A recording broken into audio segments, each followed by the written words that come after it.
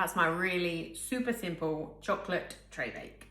I'm making a really simple but delicious cake because I've got family coming over for lunch tomorrow. I'm not just making a cake, you'll see quite a few other things I'm making, but this, I'm hoping by the time I post this video, this recipe is on my blog. It's just a really simple chocolate tray bake. But I love nothing more than just a really simple cake.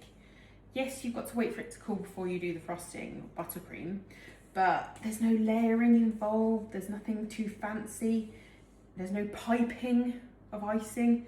Everybody, no matter what your skill set, should be able to make this cake. And a question that I know I will get asked is, because there is coffee in the cake, can you taste the coffee when you eat the cake? No. The coffee and the salt in the recipe are just to balance out the sweetness of the chocolate in the cake.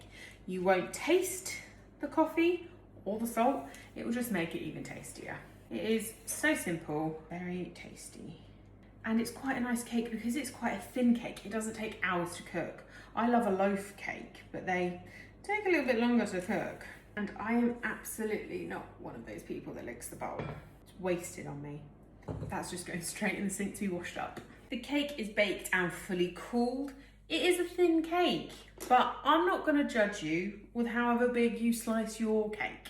If you want to eat half a cake in a sitting, you go for it. It's just got a really simple buttercream on top.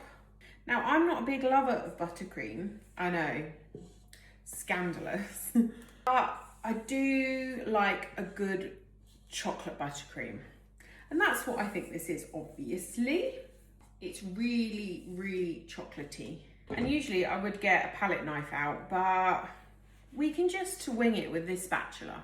We're going for rustic. And you can add sprinkles on top if you like.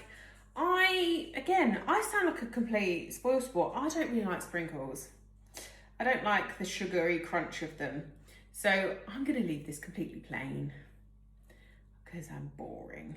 But you can decorate it however you like. But you can, like I said before, you can just be as rustic as you like. You don't need any piping skills. Of course, you could pipe this beautifully and make it look like an absolute work of art. That's absolutely not what's happening here.